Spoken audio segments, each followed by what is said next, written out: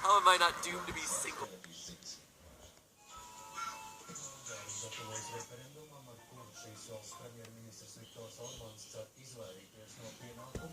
In a strictly gravitational way, that is. Heyo!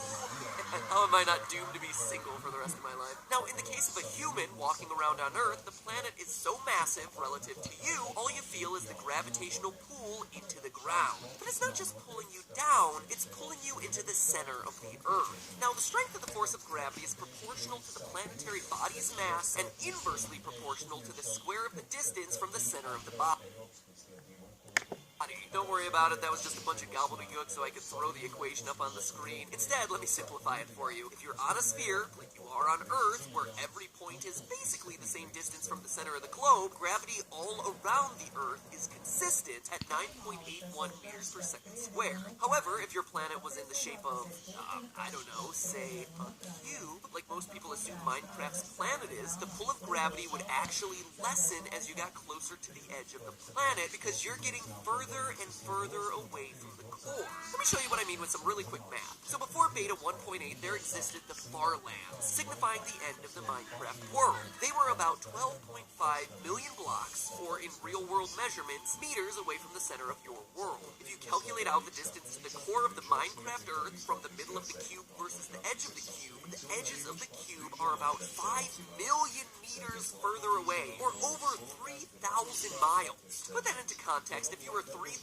miles further away from Earth's core right now, you would be well above most astronauts when they fly, which is about 200 to 400 miles up. You would also be past most satellites, which are up about 3,000 miles from the surface of Earth. The only thing still left above you would be GPS satellites that are about 6,000 miles up. So now, based on that earlier gobbledygook formula I threw up on the screen, we can actually calculate that gravity at the edges of the Minecraft world would be about half the strength that it would be from where you first spawned, because you're so much further away from the center of the planet. At the corner Farlands, it would actually be even less because it's the furthest point from the planet's core. Because of this, in the Farlands, Minecraft Steve would be able to jump incredibly high and fall much slower, both of which, though, don't happen in the game, meaning that gravity isn't changing based on where we are in the Minecraft world. The only way that this would be possible is if you're basically the same distance from Earth's center of gravity at all times. This just isn't possible in a cubed world, nor in a pyramid world, not even a parallelepiped world. The only shape of planet where this could possibly work